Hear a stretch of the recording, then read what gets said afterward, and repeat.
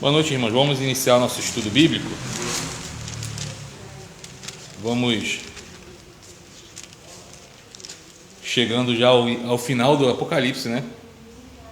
Eu pagiando aqui agora, capítulo 20, já chegamos já. Então falta só mais 3 capítulos para terminarmos o estudo. E é um estudo que eu estava ontem repaginando, né? Todos os estudos, colocando em ordem da apostila. E é um estudo muito que assim que eu gostei muito de aplicar esse estudo, porque trouxe à luz, né, muitas dúvidas, muitas respostas das dúvidas que tínhamos em relação ao Apocalipse. Então isso foi muito bom, muito prazeroso. Então vamos orar para a gente poder iniciar, né, nosso estudo.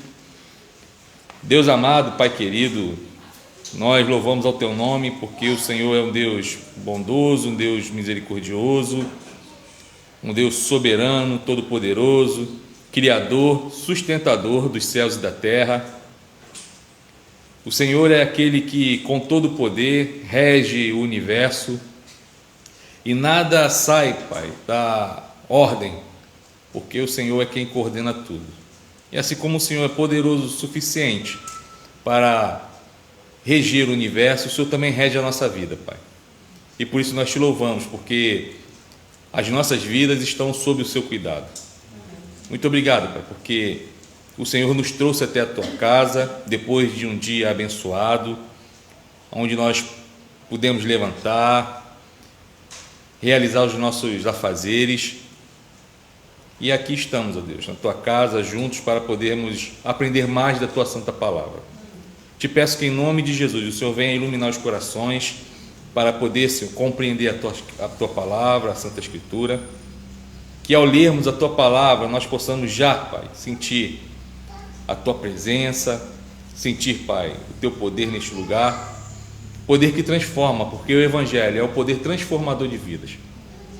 E ao sairmos daqui, Pai, queremos sair transformados por essa palavra. Assim nós oramos, no nome de Jesus Cristo, nosso Senhor. Amém. Então vamos iniciar. Não? Vamos hoje, tá? Estamos no capítulo 20 a 22.5, né? 22 verso 5. Nós estamos na parte 1, ali os irmãos vão ver uma imagem, tá? E eu achei interessante essa imagem, porque tem a ver com o que nós vamos falar. Ali um dragão acorrentado, né? E nós vamos ver isso aqui no capítulo 20. Já convido os irmãos a abrir a palavra do Senhor no livro do Apocalipse, capítulo 20. Vamos fazer a leitura até 22, verso 5, tá bom?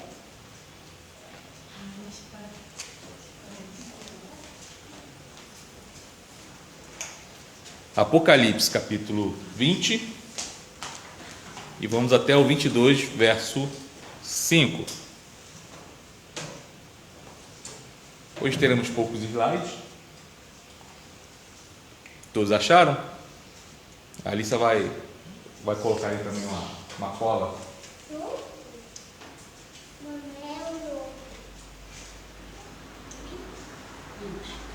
Certo?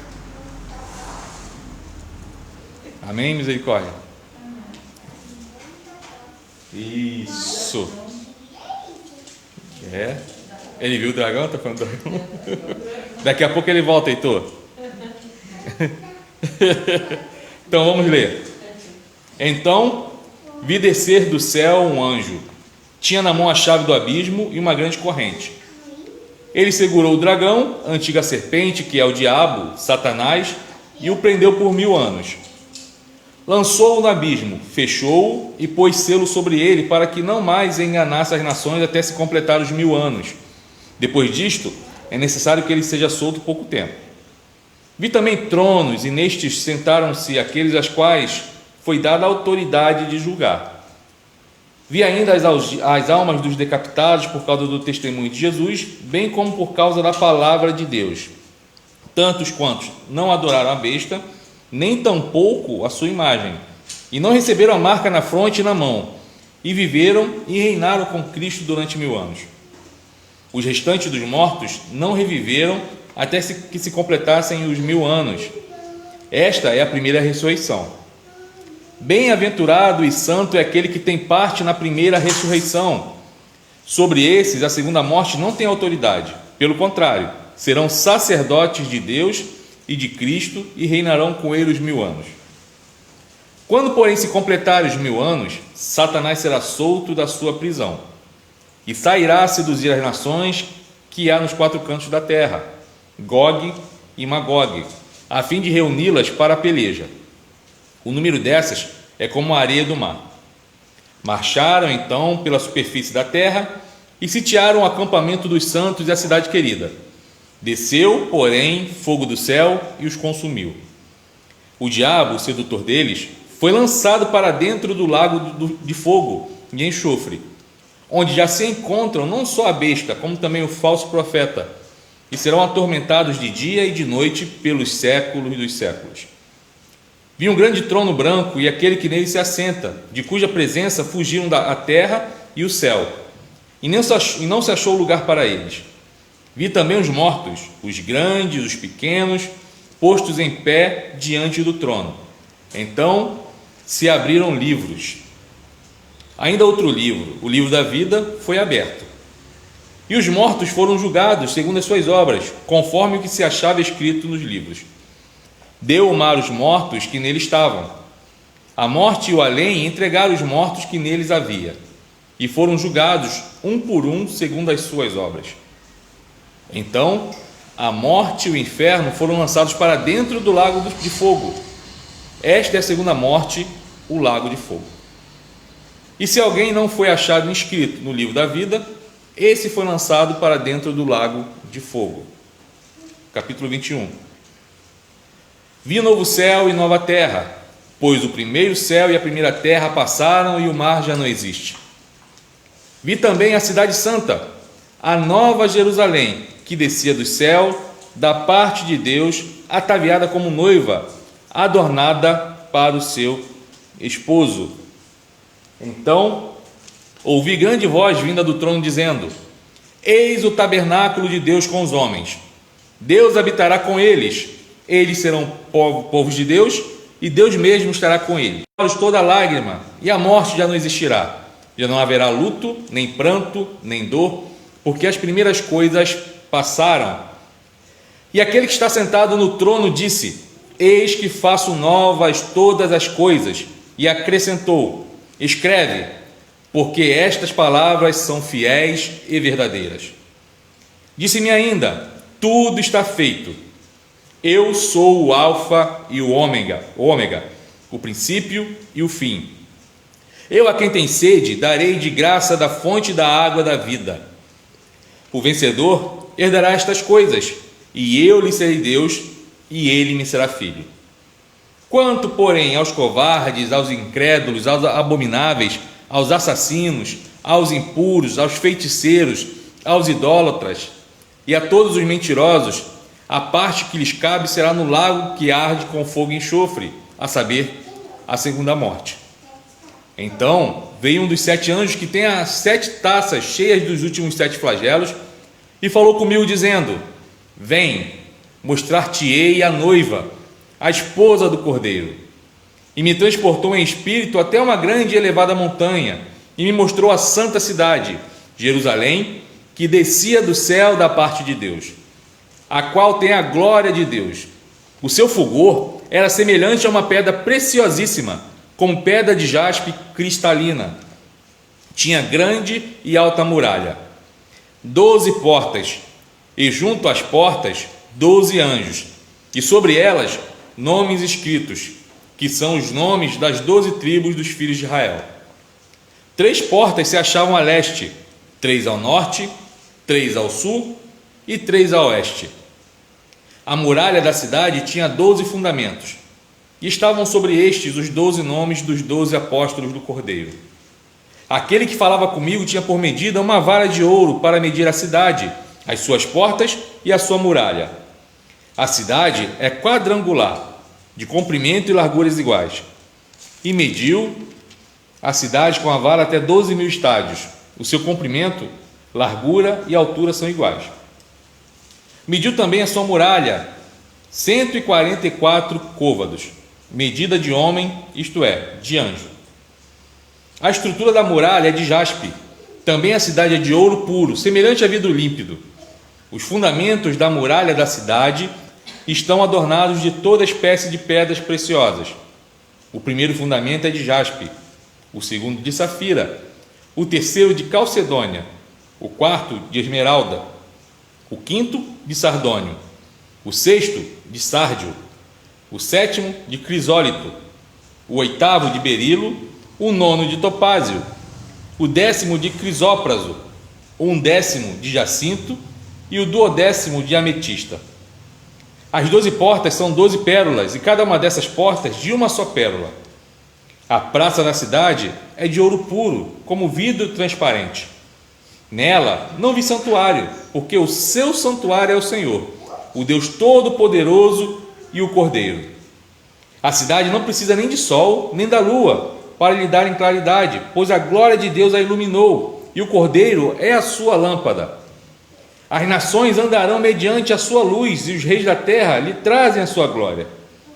As suas portas nunca, jamais se fecharão de dia, porque nela não haverá noite. E lhe trarão a glória e a honra das nações. Nela nunca jamais penetrará coisa alguma contaminada, nem o que pratica abominação e mentira, mas somente os inscritos no livro da vida do Cordeiro. 22. Então me mostrou o rio da água da vida, brilhante como cristal, que sai do trono de Deus e do Cordeiro.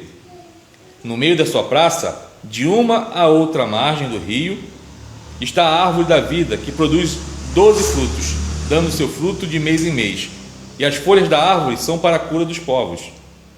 Nunca mais haverá qualquer maldição. Nela estará o trono de Deus e do Cordeiro. Os seus servos o servirão. Contemplarão a sua face, e na sua fronte está o nome dele.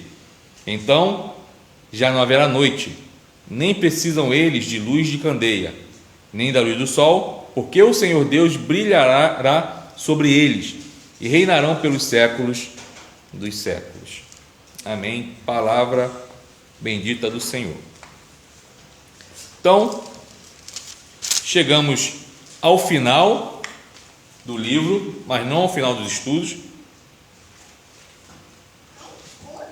porque teremos ainda o próximo estudo, e se não me engano depois ainda teremos outro, então mais 2 estudos, se não me engano, tá? Talvez esteja equivocado, mas ou eu posso estar dando spoiler errado para os irmãos pensarem que ainda terá mais, mas já chegamos no final, tá? Então a Alissa voltou ali o dragão, olha lá aí o dragão,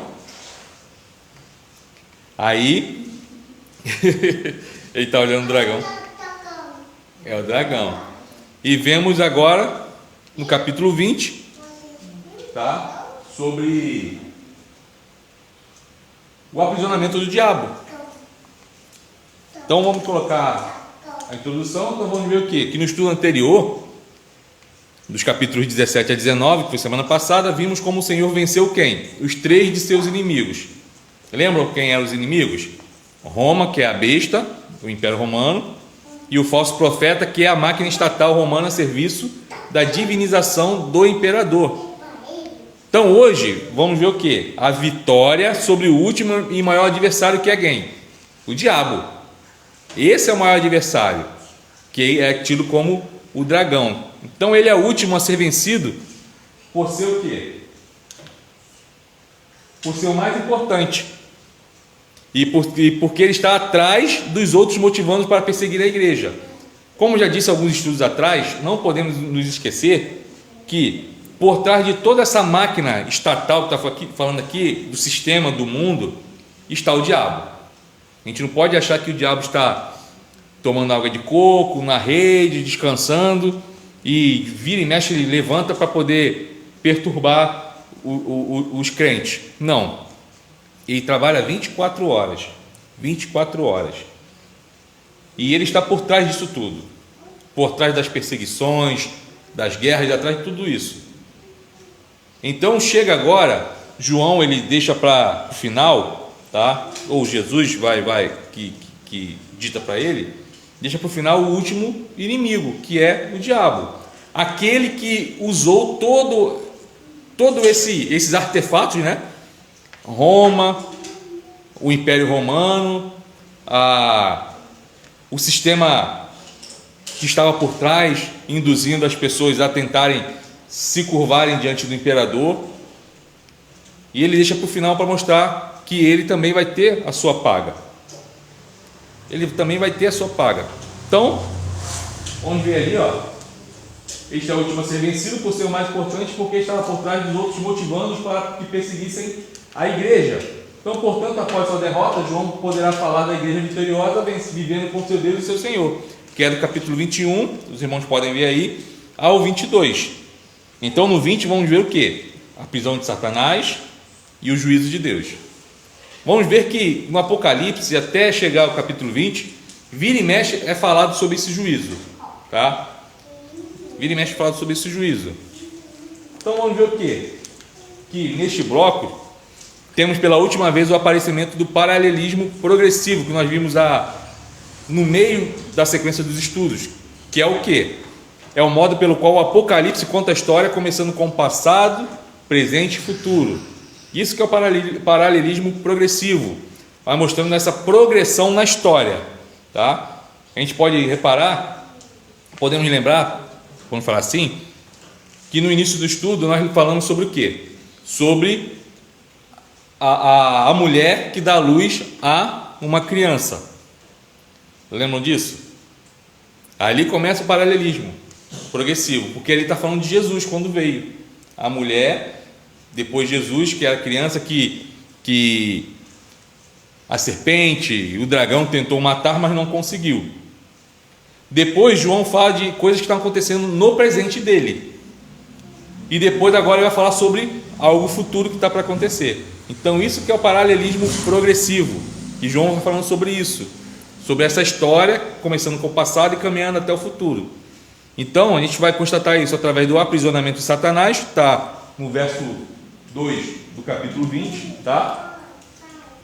Que se deu na encarnação, morte e ressurreição de Jesus, referindo-se, portanto, ao passado, tá? Por que, pastor, o diabo foi preso nessa época? A gente pode esquecer que no Antigo Testamento a gente vai ver que o diabo ele tem uma ação maior sobre o ser humano. Vocês podem reparar isso, tá? Quando Jesus ele encarna, ele morre e ressuscita, ele já tem um domínio total sobre o diabo, é tanto que ele vai até o inferno e toma o que da mão dele? Toma as chaves da morte, chama tudo isso, toma dele. Então, até então, Satanás ele agia sob o domínio de Deus, mas ele tinha uma liberdade maior. Depois disso não, Jesus vem e subjuga o diabo e acabou. Então quando fala sobre aprisionamento de Satanás dentro do milênio, né, nós já vimos isso no estudo de escatologia. Os irmãos que não conseguiram pegar esse estudo, está lá no Facebook, tá? Está no YouTube da igreja também, estudo de escatologia. Vamos ver que durante esse 1000 anos, que é um milênio que é simbólico, não é um milênio de 1000 anos, que muita gente acha que é milênio de 1000 anos, o diabo está preso. O diabo não tem tanto poder que nem tinha antes da vinda de Cristo. Então está aprisionado, tá? Então isso aqui está referindo ao passado. Então, por intermédio da apresentação dos cristãos que se opuseram à besta, está no verso 4, que diz ao presente, está falando da época que esses cristãos eles se opuseram a quem? Ao sistema religioso da época, Roma, o Império Romano. Eles não quiseram se curvar diante de Domiciano, tá? É o presente deles, e ali fala da descrição do juízo final, que a gente vai ver aonde? Lá do verso 11 ao verso 15, que manifesta o futuro. Então, vemos novamente o que? A apresentação da história da humanidade, desde a primeira até a segunda vinda de Jesus Cristo. Então, esse milênio, nós entendemos que ele é a partir de Cristo até Cristo, não é o milênio literal, porque se fosse assim, estamos em que ano?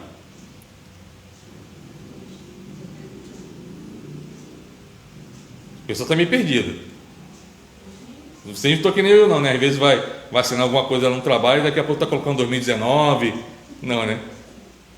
2000 e... Então vamos todo mundo acordar. 2021. Eu sei que é o frio, entendeu? Está um cheio de fogueira aí acendida aí por aí. Já está coçando meu nariz aqui por causa da rinite. Então 2021. 2021 depois de Cristo. Então, se for literal, já tinha passado. Então, é um milênio simbólico. Então, ele se inaugura com Jesus Cristo, na sua encarnação, morte e ressurreição, e vai terminar esse milênio simbólico quando Jesus Cristo voltar. E ninguém sabe quando é que ele vai voltar. Alguém sabe? Só alguns aí que os adventistas tentam achar, mas outros aí tentam descobrir. Jesus mesmo fala o quê? Que só o Pai sabe, nem ele sabe. Então, é um milênio simbólico. Nesse milênio, nós vemos o quê? A história da humanidade se concretizando, tá? Então, podemos ver o quê? Novamente, a gente vai para aquele esqueminha. Podemos, de modo geral, dividir estes capítulos em dois grandes blocos. Primeiro, a vitória sobre o inimigo dragão e o juízo final, que está no capítulo 20, e a vida da igreja com seu Senhor na Nova Jerusalém, que são os capítulos 21 ao 22.5, nesse estudo. Tá? Mais à frente a gente vai ver a parte 2, um pouquinho mais do texto, vamos entrar um pouquinho mais no texto. Então a gente vai ver o que? Logo de início. A vitória sobre o inimigo, o dragão e o juízo final. Tá bom? Então, qual é o centro de atenção do capítulo 20? A primeira pergunta é essa. Tá? É o centro de atenção. É a vitória de Cristo contra o diabo. Aquele que tentou ceifar a vida dele, quando ele veio, quando ele se encarnou, todo mundo conhece a história, que ele por trás, como sempre, ele incita Herodes a matar os pequeninos. Crianças de até que ano? 2 anos. Só as mulheres falar, tá vendo? Falou de crianças, rapidinho elas falam. Até 2 anos. E não conseguiram. Qual foi a outra criança que também tentaram matar quando era criança? Claro. Alguém lembra? Moisés. Isso mostra o quê?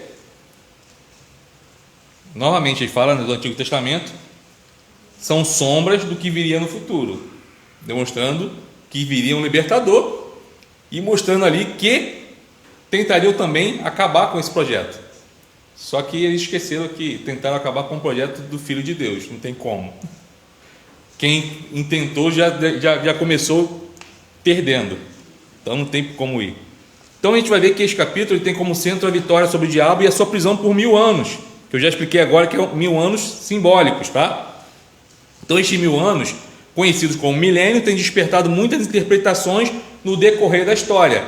Quando nós estudamos sobre escatologia, nós vimos 3 vertentes, tá? Vemos o pré-milenista, o pós-milenista e o amilenista, tá? Que é um nome infeliz, como nós já falamos, tá? Porque o amilenista, a gente vai ver que o prefixo a é de negação, então significa sem milênio, mas só que não é isso, é um nome dado totalmente errado, tá? Então o pré-milenista crê que Cristo volta antes do milênio, o pós vem depois, e o amilenista, ele acredita que o milênio já está se cumprindo e vai terminar esse milênio quando Cristo voltar, que esses são simbólicos, tá? Então isso tem despertado várias interpretações, discussões, debates, mas não é o nosso caso aqui. O nosso intuito não é debater milênio, tá? O que importa é que a gente tem que entender que é simbólico, tá bom? Senão os irmãos daqui a pouco vão falar assim, calma aí, Jesus veio, já tem 2000, então falta ainda para chegar a 1000 anos. Pô, já foi 1000 anos, já foram 2000, mas vamos supor que seja agora. Aí vai começar a contar, daqui a pouco vai entrar em parafuso, tá? Vai entrar em parafuso, não vai dormir. Então, relaxa, igual o bug do milênio, todo mundo lembra, né? Que tinha aquela famosa frase: a 1000 chegarás, de 2000 não passarás. Aí quando chegou 1999, Aí todo mundo falando, em 2000 vai acabar. A gente ia fazer um ano de casado.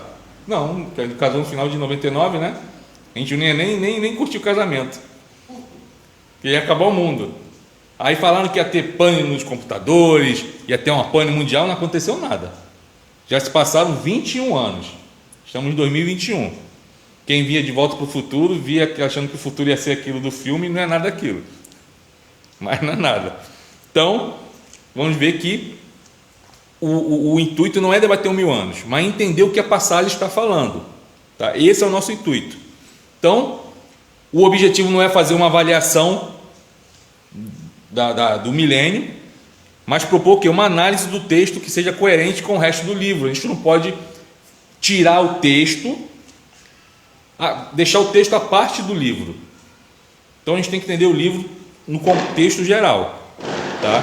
Então o milênio pode ser visto a partir de duas ênfases diferentes do texto, tá? Mas a gente não vai entrar nesse assunto. O que importa é que aqui o diabo é preso por 1000 anos.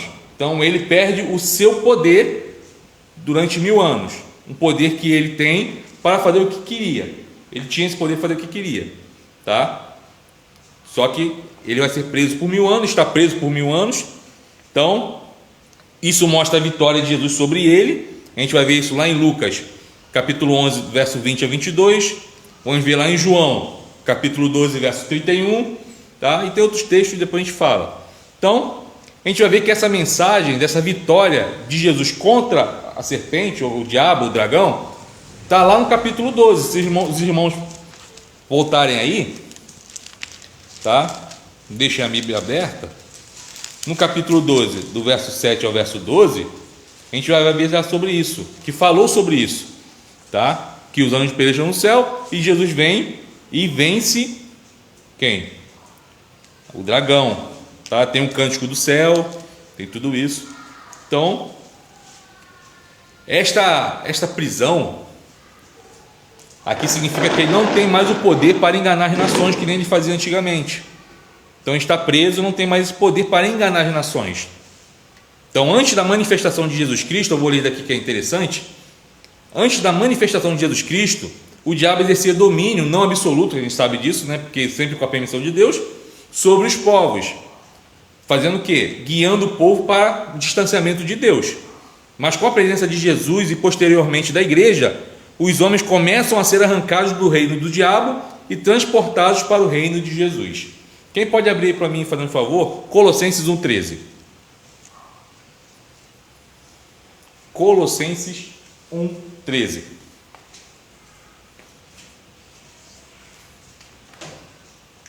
Ele nos libertou do império das trevas e nos transportou para o reino do Filho do seu amor. Ele nos libertou do império das e nos transportou para do Filho e seu amor. Então, Jesus ele encarna, a presença dele agora é constante, tá? Através da sua igreja que está na terra. Não podemos esquecer que antes não tinha igreja, tinham ajuntamentos, que era a congregação, lá no hebraico chama, acho que é Kahal Yahvé, ou congregação, ajuntamento de Deus, tá? Eu estava conversando com a Cláudia essa semana, falando assim, que às vezes eu falo alguns termos assim, em línguas estranhas. Ela fala, às vezes eu falo, parece que até presunção, né, que não fala outra língua, mas não é não. É que eu gosto de explicar, e para explicar eu tenho que lembrar o texto. Então, e eu lembro dessa palavra, tá? Na época que a gente estudava o hebraico no seminário. Então, Kahal é ajuntamento, Kahal, Yahvé, o Jeová, né? É ajuntamento de Deus. Então, não existia igreja no Antigo Testamento. Os irmãos podem procurar. Não existia igreja. Eram ajuntamentos, eles reuniam em tabernáculos, lembram disso? Em tabernáculos, saía, andava, parava, montava o tabernáculo, adorava, desmontava, ia. Aí depois foi montado o quê? Foi construído o templo, aí iam no templo, mas não era igreja. E vamos ver até no início do Novo Testamento, aqui nos Evangelhos, que não tinha igreja, era sinagoga, era templo. Quando começa a surgir a igreja? Atos. Jesus ele sobe, ele dá uma ordem para ninguém ir embora. Ó, fique aí, não arreda pé não. Fica aí que vai descer o Consolador, o Espírito Santo, tá? E depois vocês vão começar a sair por aí pregando. O Espírito Santo desce aonde? Pentecostes.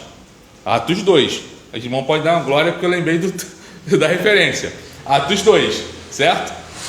Então, o Espírito Santo desce. O Espírito Santo desce como cumprimento da promessa. Então, a igreja passa a ser... Por isso que o pessoal fala assim, eu sou pentecostal, você não é. Eu falo assim, eu sou pentecostal também. Porque a igreja surgiu no Pentecostes, tá? A igreja surgiu no Pentecostes. Então, ali, eles são capacitados por Deus. Eles são capacitados por Deus. E vamos ver que em Atos 2, 42 a 47, o que eles faziam? Já se reuniam nos lares. Para quê que se reuniam nos lares?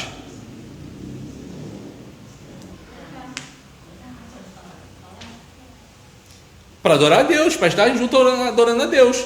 Então eles adoravam a Deus, faziam um culto ali, pregavam, cantavam, tinha a ceia, tá?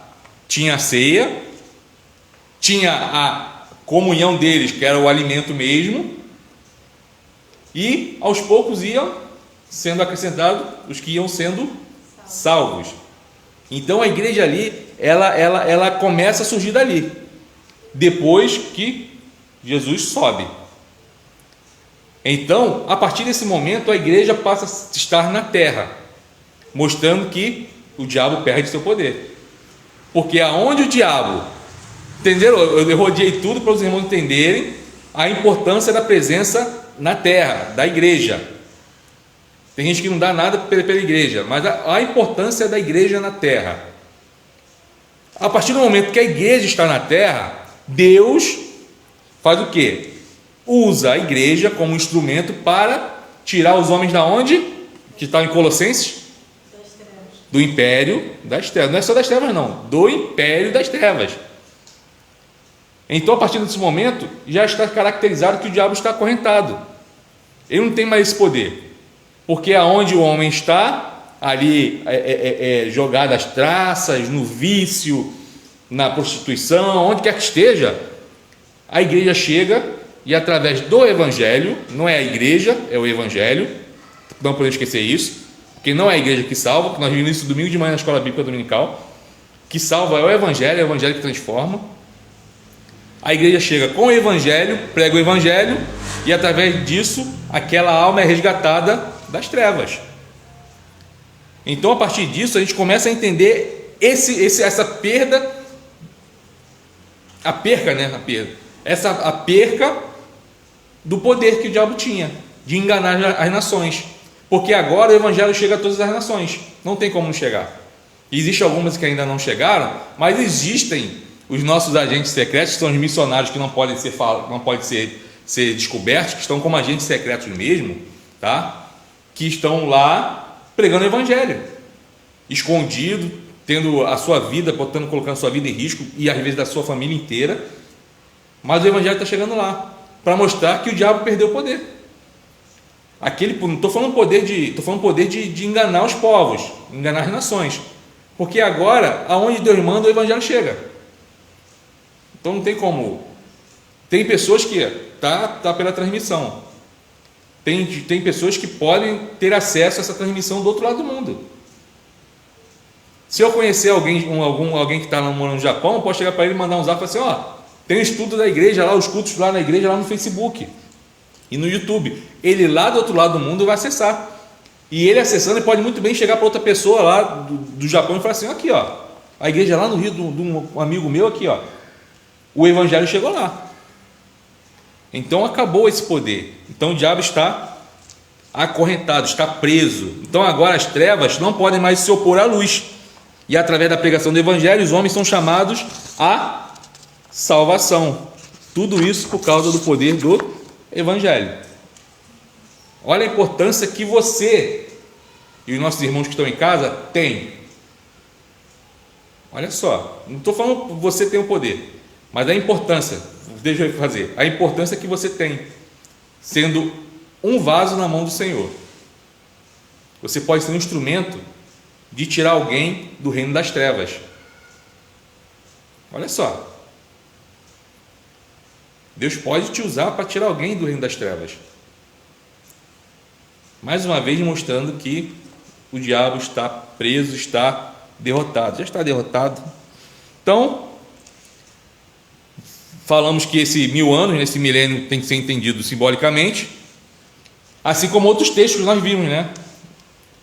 Nós vimos que lá no capítulo 11, verso 2, fala sobre 42 meses. Depois nós vimos que fala sobre 1260 dias, que são simbólicos. Depois vimos recentemente um tempo, tempos e metade de tempo.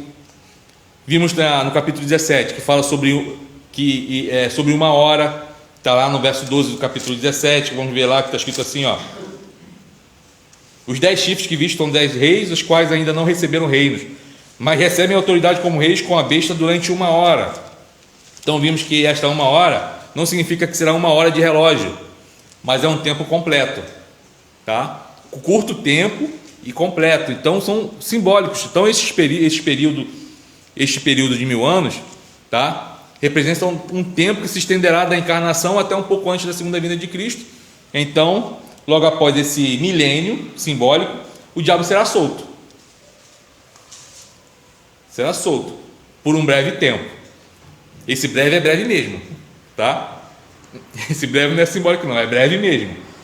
Então ele vai ser acorrentado. Deus vai libertar o diabo dessa prisão, tá?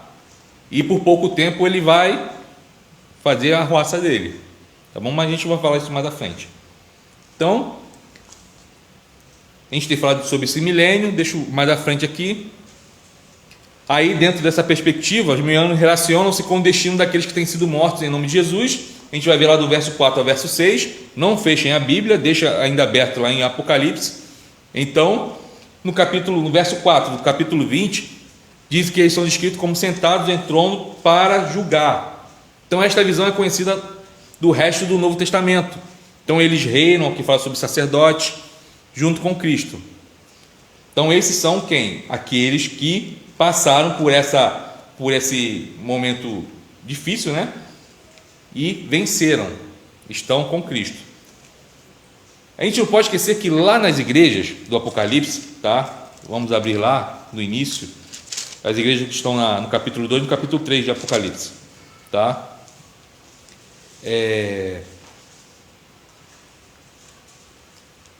A gente vai ver que lá no finalzinho do capítulo 2 existe uma promessa, tá? Essa promessa diz assim: ao vencedor que guardar até o fim as minhas obras, eu lhe daria autoridade sobre as nações, e com cetro de ferro a regerá e a reduzirá a pedaços, como se fossem objetos de barro. É uma promessa lá no início do livro, tá? No final do capítulo 2. Aqui a promessa se cumpre. Então aqueles que foram fiéis até o fim, tá bom? Que mantiveram as obras, aqui a obra não é obra de salvação, tá bom? Se mantiveram fiéis, esses estão agora o quê? Com Cristo reinando, julgando os povos. Vamos ver que nada é desconexo aqui. Tudo tem interligação, tá? Então, esses agora que foram mortos, está aqui lá na parte B já do verso 4 do capítulo 20, que anteriormente foram apresentados sofrendo em nome de Jesus, agora eles são vistos reinando com Cristo. Isso era muito importante para as comunidades da época. Por quê? Porque eles sofriam uma perseguição. Toda quinta-feira eu falo sobre isso, para a gente entender o contexto, porque pode ter pessoas novas na transmissão. O contexto do Apocalipse, o contexto onde a igreja é perseguida. O Império Romano, tá? Mais uma vez falando que não foram todos os imperadores que perseguiram a igreja, tá? Semana passada eu até falei de Constantino, que quando ele institucionalizou a junção da igreja e Estado, tá? Mas não foram todos, tá? Não vamos generalizar. Mas chega Domiciano ele começa a perseguir a igreja porque ele queria ser adorado como Deus, e vamos colocar que a grande maioria, quase a sua totalidade da igreja não quiseram se dobrar diante de Domiciano, mas tiveram alguns que falaram assim: pô, é legal, então o que eu vou fazer? Eu vou chegar, eu vou para o culto, depois saio do culto, vou lá para o templo lá, adorar o imperador, né? Vai que ele arrume um cargo político lá. Então ele dava aquele jeitinho, que não é brasileiro, a gente fala gente brasileiro, mas não era. Então, o que aconteceu? Esses que não se dobraram começaram a ser perseguidos e mortos. A perseguição, a gente tem ideia de perseguição achando que é o soldado romano correndo atrás, atirando flecha. Não é isso. A perseguição não podia vender, não podia comprar. Lembra do sinal da besta? Quem tinha o sinal da besta podia fazer de tudo. Podia vender, podia comprar. Podia andar livremente. Aqueles que não tinham a marca da besta, eles não podiam vender, nem podiam comprar. Então, um pai de família ia perder seu emprego, que fosse cristão, que não adorasse o imperador, perdia o emprego. Depois, não podia comprar o sustento para sua casa. Se ele fosse comerciante, que era muito comum naquela época, principalmente na Ásia Menor, ele não podia vender. Imagine só, vou usar um exemplo seu, tá, irmão Dilson? O irmão Dilson tem lá o negocinho dele que ele vende no final de semana. Imagine só, o irmão enche o seu carro de mercadoria, de produto, e vai vender, o pessoal fala assim: você é crente? Não vou comprar. E chega no final do dia, você volta com aquilo tudo no carro, só porque você é crente. Aí você fala: então no sábado que vem eu de novo. Vai de novo, o pessoal não. Aí já aumentou mais, o pessoal vai falando: aquele que passa com o carro aqui, ele é crente. E daí vai. Daqui a pouco não tem mais dinheiro para ter sustento, trazer sustento para casa. É o que acontecia com nossos irmãos lá. Eles não podiam vender, não podiam comprar, então tinha essa perseguição. Para quê? Para tentar dobrar eles ao meio para poder adorar. Por isso que tem as promessas: ser fiel até a morte, ser fiel ao vencedor. Por quê? Eles não podiam desistir, mas resistir. Então chega, esses que estão sofrendo, muitos mortos, tá? Chega agora um momento em que eles vão reinar com Cristo, que para o sistema, tá? Para a besta, para o falso profeta, que a gente fala que é Roma, né? O sistema político, religioso e o sistema estatal, né? Que regia a adoração ao imperador, eles achavam que esses que morreram eram perdedores. A besta chegou e matou. Quer dizer, chegou o império e matou aqueles que não se dobraram. São perdedores. Mas só que aqui no capítulo 20 a gente vê que quem era perdedor no final das contas era o quê? Eram os vencedores. Porque esses que estão agora lá sentados no trono, para junto com Cristo reger as nações, julgar. Por isso que a gente colocar sempre na nossa cabeça o seguinte: apesar das situações serem mais escabrosas, tenebrosas na face da terra, se chegar um dia da gente passar numa perseguição e chegar alguém colocar, que nem eu falo, colocar um fuzil ou uma arma, alguma coisa, e falar assim: ó, você tem que negar a Cristo ou você vai morrer. O que vem depois é incomparavelmente melhor do que aqui. Incomparavelmente melhor. Porque nós vamos achar assim: poxa, mas eu vou perder minha vida. Eu tenho meus filhos, tenho minha esposa, quero ter meus netos, quero aproveitar minha aposentadoria, se um dia chegar a aposentadoria, quero aproveitar. Então a gente começa a fazer o quê? A tentar ir por esse lado da sedução, né? Do, poxa, e se não? Poxa, eu queria. Mas só que a gente tem que colocar os pés no chão, com a cabeça nos céus, e falar assim: o que vem depois é incomparavelmente melhor. Ah, o senhor está falando porque é seu pastor, você já tem lugar no céu. Não tenho não, irmãos. Tem um lugar no céu como todo mundo, porque nós fomos comprados por um precioso sangue. Nós fomos escolhidos antes da fundação do mundo. Mas não é porque eu sou pastor que tem um lugar melhor que vocês, não. A gente está na mesma luta. E eu digo para vocês: mantenham-se firmes, porque o que vem depois é milhões de vezes melhor. Porque para o mundo nós seremos perdedores, mas quando chegar na glória, aí a gente vai ver quem é que perdeu mesmo. Então, esses chegam agora tá? Estão com Cristo, que sofreram. Então, eles agora estão na presença do seu Senhor, reinando juntamente com Cristo. E ele fala aqui no capítulo, no verso 5, verso 6, sobre a primeira ressurreição, tá?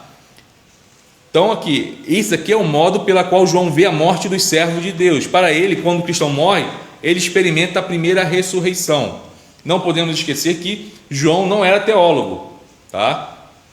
A teologia surgiu depois. Então João não era teólogo. Então o intuito dele não é mostrar a questão do estado intermediário, se o crente quando morre ele dorme, se não dorme. Não, né? A intenção dele não é essa, tá? A intenção dele é mostrar a realidade que vai ter. Pronto. Então eu já estou falando isso já para os irmãos entenderem isso. Então ele sabe que a cristão quando morre, ele experimenta a primeira ressurreição, que quer dizer, ele vai para junto de Jesus Cristo. Ele vive como ressuscitado, com a única diferença de que ele ainda não está de posse do seu corpo, tá? Nós já vimos isso lá em escatologia, tá bom? Mais uma vez, os irmãos ficarem curiosos, está lá no YouTube, tá bom? Procura lá, estudo escatologia. Eu só não vou lembrar qual estudo é, então os irmãos vão ter que assistir todos para poder saber qual. Então, assim, haverá sim a ressurreição para João, né? João, ele cria que o crente quando morre, ele ressuscitou, mas não. Então, haverá a ressurreição do corpo. Lembra que eu falei que o crente quando morre, ele vai logo para o céu, mas o corpo está na terra. Mas quando Cristo voltar, o corpo ressuscitará e se juntará ao Espírito. E será um corpo do crente, um corpo incorruptível. Será um corpo totalmente transformado. Lembra que, não sei se é Efésios, se é Filipenses, que fala que seremos iguais a Cristo. Seremos iguais a Cristo. E eu lembro até que quando nós estudamos isso em escatologia, eu perguntei: Jesus Cristo está no céu, em espírito ou em corpo? E aí?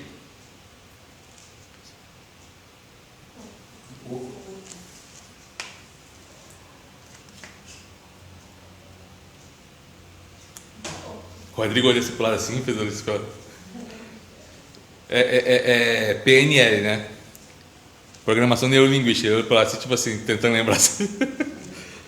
E está em corpo. Lembra lá no início de Atos? Que Jesus chega, aí o pessoal tenta segurar Tomé, não, segurar Jesus, e ele fala assim: não me toque, porque ainda meu corpo não está preparado. O único que toca em Jesus é quem? Tomé. Mas por quê? Porque ele é um homem sem fé. Até rimou, Tomé é um homem sem fé. Dá até fazer musiquinha para as crianças lá. Então foi o único que tocou. Eu falei: toca aqui na minha mão, toca aqui no meu lado.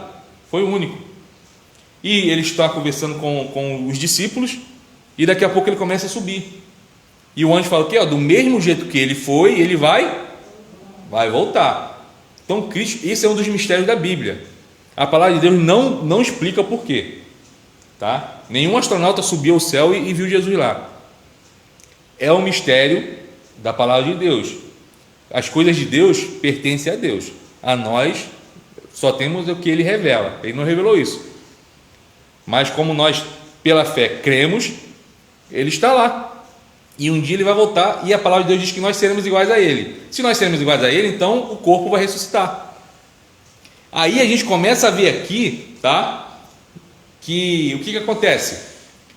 Deu o mal aos mortos que neles estavam, a morte e o além entregaram os mortos que neles haviam. Então haverá o quê? Esses que morreram, tá? A gente não pode esquecer que o crente vai para Cristo e o ímpio vai para o tormento. Espíritos, tá? Ou alma, tanto faz, tá? Não estão em corpos. Mas quando chegar naquele grande dia, Deus vai julgar quem? O corpo. Então nós teremos corpos transformados, os outros não. Terá o corpo corruptível. Pastor, mas vai parecer igual ao Walking Dead? O camarada vai parecer sem perna? Não é assim, tá? Não é assim. Senão vai falar assim: tá, mas nós seremos privilegiados, porque teremos corpos totalmente transformados. Mas os outros não será assim, tá? Tem gente que não doa órgão. Eu não sou doador de órgão, porque quando tiver a ressurreição, eu vou ressuscitar sem um baço, sem um... Não, não é isso. Ah, não vou ser cremado porque se eu for cremado, e aí, como é que vai ficar igual o desenho do Tom e Jerry, só os olhozinhos assim diante do... Não, não é. Tá? O corpo, ele será ressuscitado também dos ímpios. Estarão diante do trono do Senhor. Pronto. Então, quando João fala da primeira ressurreição, está falando da morte dos santos, tá? Que para ele é como se eles estivessem em vida mortos, tá? E quando eles morrem, eles passam a viver. Olha o entendimento dele. Qual é a mensagem que ele quer passar para os irmãos daquela época que estavam sofrendo? Ó, esquenta a cabeça não. Cristo não ressuscitou? Quando chegar o soldado romano, passar a espada na sua garganta, você não vai morrer, você vai ressuscitar. Isso para dar o quê? Lembra do tema central? Uma mensagem de esperança para eles. Porque imagine só, você chegar diante dessa situação e passar na tua cabeça e falar assim: poxa, servi, agora eu vou morrer? Então já fala assim: ó, calma, não desanima não, você não vai morrer, tá? Você vai ressuscitar. Por isso que ele fala a primeira ressurreição, aqui no capítulo, no verso 5, verso 6. Então, essa pessoa vai para junto de Cristo, tá? E aí fala sobre a segunda morte, tá? Que a segunda morte já é a morte eterna para aqueles que não estão inscritos no livro da vida. É interessante que João, ele deixa bem explícito isso: aqueles que não estão inscritos no livro da vida. Quem são aqueles que estão inscritos no livro da vida?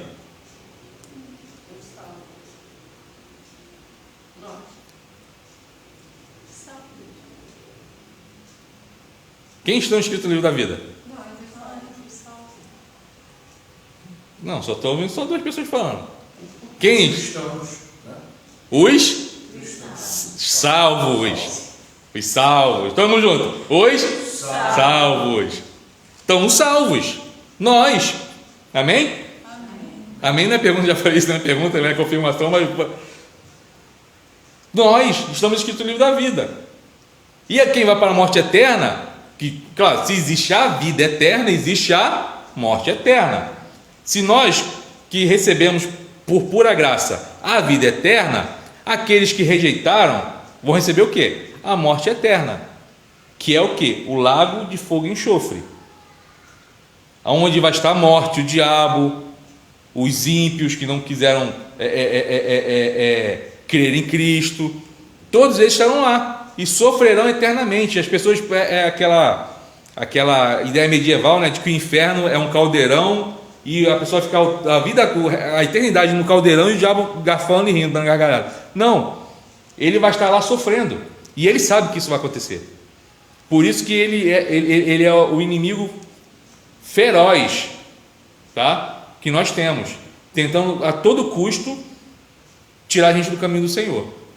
Assim como ele trouxe a terça parte dos anjos, tá? Ele quer desencaminhar todos aqueles que estão no caminho do Senhor. Para ele é vitória. Te fala assim: vou tirar. Só que João diz o quê? João não, Jesus fala o que lá em João? Aqueles que o Pai me dá, ninguém as arrebatará da minha mão. Olha só, eleição. Aqueles que são salvos, ninguém vai perder a salvação, porque esses o Pai deu para Jesus Cristo. Então esses não adianta, o diabo vai fazer de tudo para tirar do caminho. Nós temos que vigiar, que a questão não é sair do caminho, é cair nas ciladas.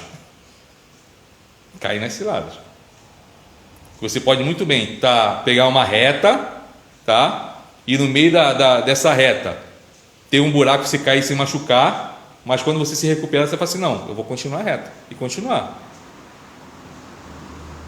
Então são as ciladas, que Efésios falam sobre isso, né? Lá no Efésios 6 fala sobre isso, que nós já vimos quando pregamos sobre a armadura de Deus, naquela série sermão. Então esses, tá, receberão a vida eterna, mas aqueles que não quiseram nada com Cristo receberão a morte eterna. Eles serão julgados depois de 1000 anos. Então, no versículo 7 a 10, tá? A gente já está terminando hoje, não vou passar muito. Versículo 7 a 10 é descrita a vitória sobre o diabo.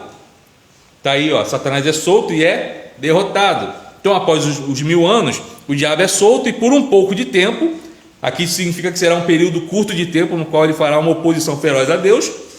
Então, ele vai fazer o quê?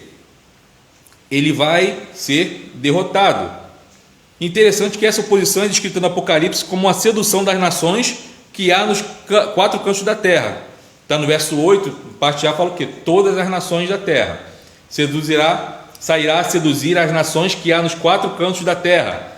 Aí fala Gog e Magog, tá? São chamadas essas nações. Então, aqui diz que o nome vem lá de Ezequiel 38:2, e qualquer que seja o sentido que desenvolvam nesse texto, aqui eles simbolizam a reunião de todos os povos ao lado do diabo para lutar contra Jesus Cristo. Então, Gog e Magog é apenas uma designação, tá? É apenas uma designação, é um simbolismo de todas as nações que se juntarão contra Cristo, tá bom? É só isso. Então não vai surgir, pastor, vai surgir então as nações Gog e Magog, igual Armagedon, né? A gente viu sobre Armagedon, né? Igual Armagedon, vai ter um campo chamado Armagedon, onde terá a luta entre diabo e... Não, é um nome que não significa uma região, tá? E Gog e Magog é a mesma coisa, só para exemplificar as nações que vão se reunir contra Cristo. Então, o texto não descreve a luta. A gente vai ver que essa luta, desde o início do Apocalipse, quando fala dessa luta, não é descrito, tá? Não fala quem foi que deu tiro, quem foi que deu facada, não fala nada disso, só fala que há a luta nesse local. E o interessante, e o que mais importa para a gente, é que fala o resultado. Tá? A vitória do Cordeiro. É isso que importa. Então, o que acontece? Desce fogo do céu e vai consumir. Só marcharam então pela superfície da terra, está no verso 9. E sitiaram o acampamento dos santos e a cidade querida. Desceu, porém, fogo do céu e acabou com tudo. Então, a gente viu essa batalha já há um tempo atrás, lá no Armagedon. A gente vai ver lá que está no capítulo 16, fala sobre essa batalha, no capítulo 17 fala sobre essa batalha, tá? E no capítulo 19 também comenta sobre essa batalha. Então são maneiras diferentes de descrever a mesma cena. Por fim, o que importa é que o diabo é vencido. Ele é lançado no lago de fogo e enxofre, onde estão a besta e o falso profeta. O último inimigo do Senhor Jesus e da igreja é finalmente derrotado. Aí vamos para... A gente vai ver que no final do capítulo, verso 11, apresenta o que? A segunda vinda de Cristo, tá? A gente vai ver aqui do capítulo até o verso 15, que apresenta a segunda vinda de Cristo como dia de julgamento para os homens. Então esta cena é vista de outras 2 perspectivas no livro. A gente vai ver que lá no capítulo 14, verso 14 ao 20, fala de uma ceifa, tá? Os irmãos podem abrir lá para ver. E no 19, do verso 11 ao 21, fala sobre uma batalha. Embora não se diga quem é o juiz, a gente pode crer que é o próprio Deus, porque ele é designado várias vezes como aquele que está sentado no trono. Então Deus é o juiz, tá? Desse julgamento. Então os mortos de todos os tempos e épocas se apresentam diante dele. A gente vai ver do verso 12 ao verso 13. Então esses que até aqui receberam juízos na história serão julgados segundo as suas obras. Então não devemos estranhar tal afirmação, visto que aparece em outros lugares, como lá em Mateus, tal. Então os cristãos foram criados para boas obras. Mais uma vez a gente joga por terra a teoria de que obras salvam. Aqui fala que eles serão julgados pelas suas obras. Não está falando que ele fez boas obras, vai ser... Não, está falando das obras ruins que eles fizeram, tá? Obras ruins que esses homens fizeram. Então não está falando de calma aí, vamos botar na balança, igual a mitologia egípcia, né, fala da balança. Outras mitologias ao redor do mundo falam sobre isso, que no dia do julgamento terá a balança. E eu não me engano não me lembro se é na egípcia que fala que coloca o coração e coloca a pena no dia lá do juízo. Se o teu coração pesar mais do que a pena, você vai entrar lá para o reino lá do não sei de quem. Se a pena pesar mais que o coração, que a pena significa juízo, significa que você já está totalmente perdido. Está perdido. Então, a questão todinha aqui, essas obras a quais os homens são julgados, são as obras mais pecaminosas. Tá? Então, não é salvação por obras. Então, a gente não pode esquecer disso. Tá? Que a salvação não é pelas obras. Nós pregamos isso até domingo. Não são pelas obras. A salvação é pela graça. Os homens serão julgados pelas obras mais pecaminosas que eles fizerem, que eles cometerem. Tá? Então, os cristãos foram criados para boas obras. Nós fazemos boas obras porque nós já somos salvos. Tá? E pelos seus frutos, isso está em Efésios 2, verso 10. E pelos seus frutos é que podem ser reconhecidos, conforme Mateus 7. Jesus fala aqui: pelo fruto conhecerá qual é a árvore. Você chega num caminho, você está com fome. Você olha para a árvore e fala assim: eu acho que é uma mangueira. Se for na época de manga, você vai ver que é a manga. Então você conhece a árvore que é por causa do fruto. Pé de acerola é a mesma coisa. Você vai conhecer, porque aquilo é um pé de acerola. Então, pelo fruto você vai conhecer a árvore. Porque tem fruto que a folha é igualzinha de outro. Deve ter igualzinho. Fala a verdade, eu não sei qual é a diferença entre uma laranjeira, um pé de laranja da terra e um pé de tangerina. Eu não sei. Para mim as folhas são iguais. Para mim são iguais. Mas quando tem o fruto eu posso ver, olhar e falar assim: não, isso aqui é fruta tal, daqui é fruta tal, aqui é fruta tal. Então é fácil. Então Jesus fala isso, que pelo fruto conhecerá a árvore. Então o destino das pessoas será decidido em função da sua postura. Se foram seduzidos e seguiram a besta, eles serão condenados. Se foram fiéis a Jesus Cristo e colocaram sua lealdade a Ele acima do amor às suas próprias vidas, terão seus nomes escritos no livro da vida. Está no verso 12 e 15 aqui do texto. A partir desse momento, o livro descreverá a vida dos cristãos em comunhão com Deus e Jesus Cristo, que está no capítulo 21, que não está nesse estudo de hoje. Lembra que eu falei que esse é a parte 1? Semana que vem a gente vai pegar do capítulo 21 até o final, tá? Então os irmãos leiam, tá? Leiam, para poder entender melhor. Concluindo, o capítulo 20 é a conclusão das lutas e batalhas pelas quais a igreja passa neste mundo. Então os cristãos mortos são vistos no céu reinando com Jesus, e o diabo em sua última posição é derrotado, e o destino final dos homens é manifestado. A partir daí só haverá gozo. Capítulo 21 e 22. Ok? Pastor, e que vai ter depois? E se tivesse capítulo 23, o que teria escrito lá? Não sei. Não sei, para mim não importa. O que importa é que eu vou estar dentro do capítulo 21 e 22. Esse 23 não quero saber. Então assim, irmãos, a gente está chegando na caminhada final do Apocalipse.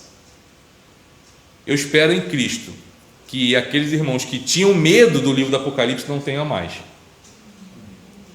Porque nós mostramos que o livro do Apocalipse não foi escrito para dar medo, para trazer medo, mas para trazer esperança. Como eu disse lá no início do estudo, é o livro que mostra o nosso futuro, o nosso presente e o nosso futuro. Por que nosso presente? Porque nós cremos no já e o ainda não. Nós já somos salvos, certo? Mas nós já estamos na glória? Você já tem a vida eterna, mas você já está lá no céu? É o já e o ainda não. Então a gente vive o já. O Apocalipse mostra o ainda não. Significa ainda não, mas um dia será sim. Então o Apocalipse me dá essa esperança de fazer de tudo para ser fiel ao Senhor. Para ser fiel ao Senhor. Apesar das lutas, das perseguições.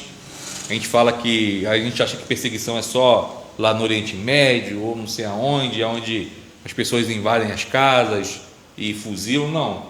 No nosso país existe a perseguição velada, mas existe. Hoje em dia está até mais declarada do que alguns anos atrás. Até uns anos atrás. Você hoje em dia, se você pregar sobre homossexualidade, sobre qualquer outra coisa que está em voga na sociedade, você pode ser processado. Então isso é perseguição. Isso é perseguição. Não é o respeito ao artigo 5º da Constituição. Só para um lado que pende, mas para o outro não. Então você não pode falar. Você não pode fazer isso. É perseguição contra a igreja. Querendo ou não é. Até isso que eu estou falando aqui. Eu não estou falando nada contra nem a favor. Eu estou falando o que acontece. Até isso aqui, se alguém pegar e ver, quiser processar, vai poder processar. Mas a questão todinha é isso, que a igreja, ela sofre perseguição. Desde quando a igreja existe, vou falar desde quando o povo de Deus existe, né? Vamos pegar lá no Antigo Testamento, existe perseguição. Sempre vai ter perseguição. Só vai acabar no dia em que o Cordeiro retornar e realizar o que nós estudamos hoje. Aí sim, não terá mais. Mas até lá, nós teremos. E a pergunta é: qual será a nossa conduta? Qual será a nossa conduta?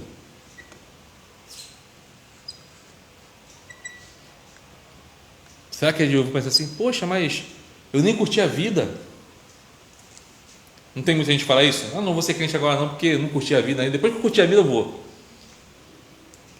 Poxa, eu nem curti a vida. Nem curti meus filhos, nem curti meu neto. Nem curti, nem aproveitei. Será que vai ser essa a nossa desculpa? Ah, mas se eu... E a gente vai reparar que desde o início do Apocalipse até o estudo de hoje, em nenhum momento a gente vai ver, e lemos todos os capítulos, certo? Os irmãos toda quinta-feira leram comigo o texto, tá? Em nenhum momento o texto diz que teremos uma segunda chance. Alguém lembra? Em nenhum momento o texto diz isso. Vamos ter segunda chance, tá? Vamos ter segunda chance. Apocalipse não fala sobre isso. Pastor, mas lá em Mateus fala, Jesus fala, não tem nada a ver com isso aqui, tá? Se a gente puder ter a oportunidade mais à frente de falar sobre isso, a gente fala, mas não fala sobre isso. Por quê? Porque Deus não tem plano B. Deus não tem plano B. Tá bom, em vez de Jesus Cristo, tá, mas se não aceitar, eu vou botar um plano B lá, entendeu? Vai que a pessoa mude de ideia. Não tem plano B. Para Deus é o aqui e agora. A decisão é aqui e agora. A decisão de ter uma vida com Cristo é aqui e agora. A decisão de ser fiel é aqui e agora. Não tem essa assim, não tem. Por isso que o Apocalipse não fala de segunda chance. Fala aqueles que têm a marca da besta e tem aqueles que têm a marca de Deus. E a marca de Deus é quem? Aqueles que não se renderam ao sistema do mundo, às paixões do mundo. É isso que não tem a marca da besta. Então existe só dois lados, não existe meio termo. Os dois lados.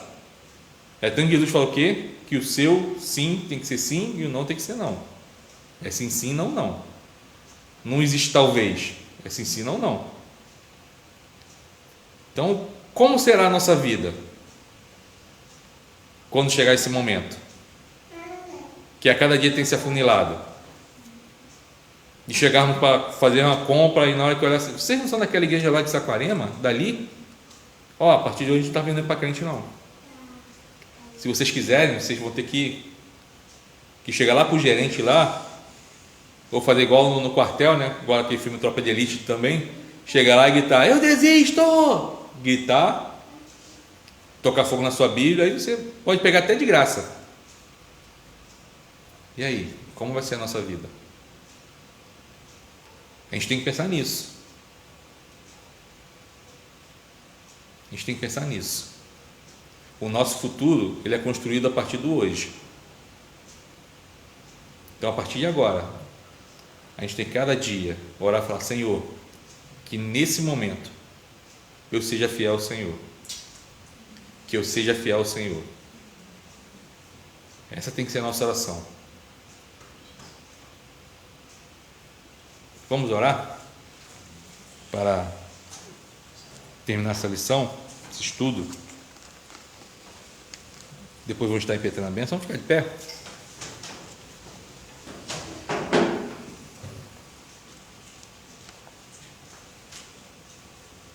Deus Santo, nós sabemos que as tribulações, que as perseguições existem, Deus. Sabemos que os tempos são difíceis e parece que a cada dia se afunila mais. E nós olhamos para a sociedade atual, Pai, independente de qual nação seja, e nós vemos que a sociedade, a cada dia mais, tem se colocado contra o Senhor, ao ponto de levantar leis que tiram toda a autoridade da igreja, tira o seu poder de poder pregar, Senhor, com liberdade. No Brasil nós ainda temos, ó Pai, liberdade, mas sabemos que em outros países, irmãos nossos, não podem pregar o Teu Evangelho claramente, porque a própria lei daquele país proíbe. Mas a pergunta de hoje, Pai, quando chegar esse momento aqui no Brasil, como será que o Senhor nos achará? E é essa pergunta que temos que fazer todo dia. Se for hoje, como você é encontrado pelo Senhor? Por isso, Senhor, que o Teu Santo Espírito venha nos fortalecer no nosso dia a dia, Pai. Que a gente possa ter uma vida de compromisso sério com o Senhor. Não um compromisso apenas de boca, mas um compromisso vivencial, onde no nosso dia a dia, na nossa atitude, nós possamos mostrar, assim como nós falamos, como aquela árvore mostra quem ela é através dos seus frutos, que nós possamos nos mostrar quem nós realmente somos através das nossas atitudes. Que a gente possa ser achado fiel, Pai, diante do Senhor. Apesar da perseguição, apesar, Pai, das dificuldades, mas que a cada dia nós possamos ser fiéis ao Senhor. E nós ainda temos um bônus, ó Deus, que é Jesus Cristo do nosso lado, porque nós sabemos que nós passamos por isso, passaremos por coisas piores, mas o Teu Filho nos prometeu que estaria conosco todos os dias até aquele grande dia. E é isso que tem nos trazer alegria, Senhor.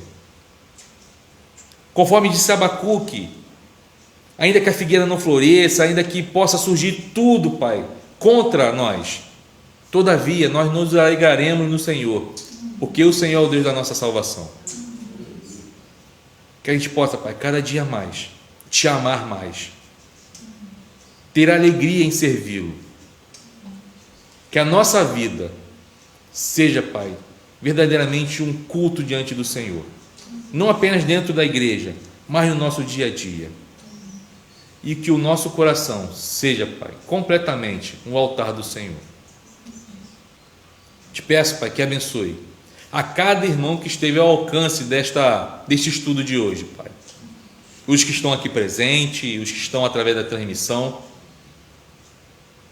que as Suas bênçãos, a Sua graça e a Tua misericórdia seja sobre nós, Pai. Agora te peço que o Senhor nos despeça em paz, debaixo da Tua mão poderosa, santa, nos livrando de todo o mal. Assim eu oro, no nome de Jesus Cristo, nosso Senhor. Amém. Que a graça do nosso Senhor e Salvador Jesus Cristo, o amor de Deus, o nosso eterno Pai, as doces e eternas consolações do Espírito Santo, repousem sobre vós, sobre os vossos familiares e sobre todo o povo de Deus espalhado por toda a terra, não somente agora, mas para todos sempre. Amém. Que Deus te abençoe, meus irmãos.